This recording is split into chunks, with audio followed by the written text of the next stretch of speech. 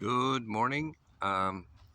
Today is April 6, 2025, and I'm at the outdoor gym.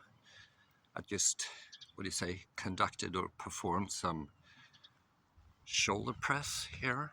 And while resting, I thought I would post another comment on two pieces I published on my research blog.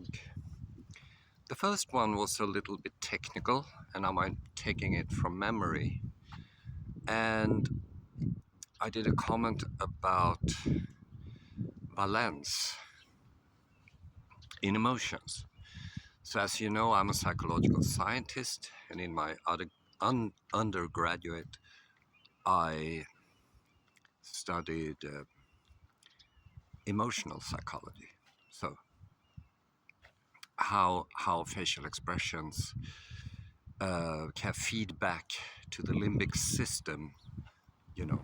So, if I do like that, I'm lifting my zygomatic major. Um, the limbic system will interpret what I see as, kind of positive or comforting. It's okay. If I lower the corrugator supercilii here, the same environment will be interpreted as discomforting or hostile. So that means a lot. And the piece, it's an article.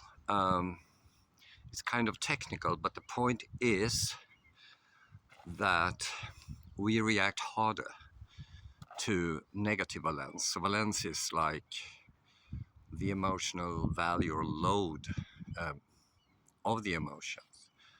So positivity we seem to take for granted. We can have a lot of that and we don't pay attention to it.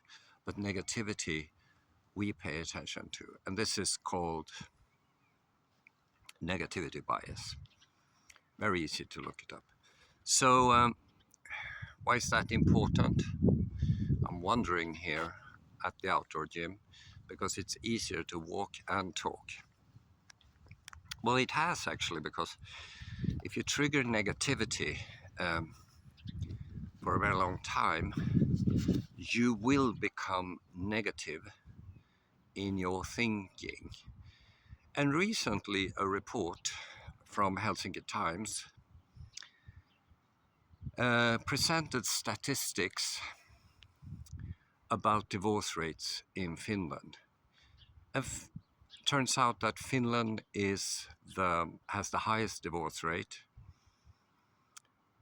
in the European Union, if I understood it correctly.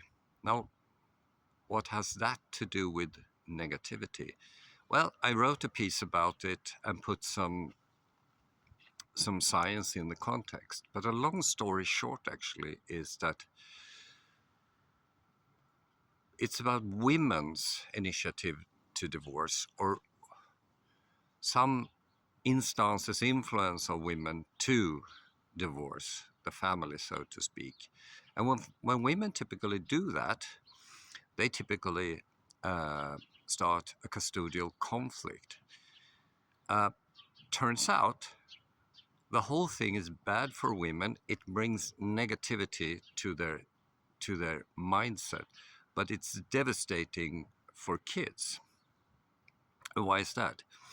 Well, it's about the executive functions, which I have mentioned before. And it turns out, for some reason, it's very hard to explain why, but kids who grow up with both parents or the father have better emotional and social adjustment, as well as cognitive development, compared to kids who grow up with a single mother.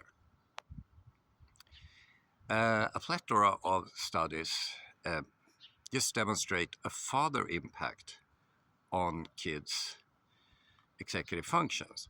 Now, the opposite to that is executive dysfunction, including antisocial behavior, which most people understand if I say criminality.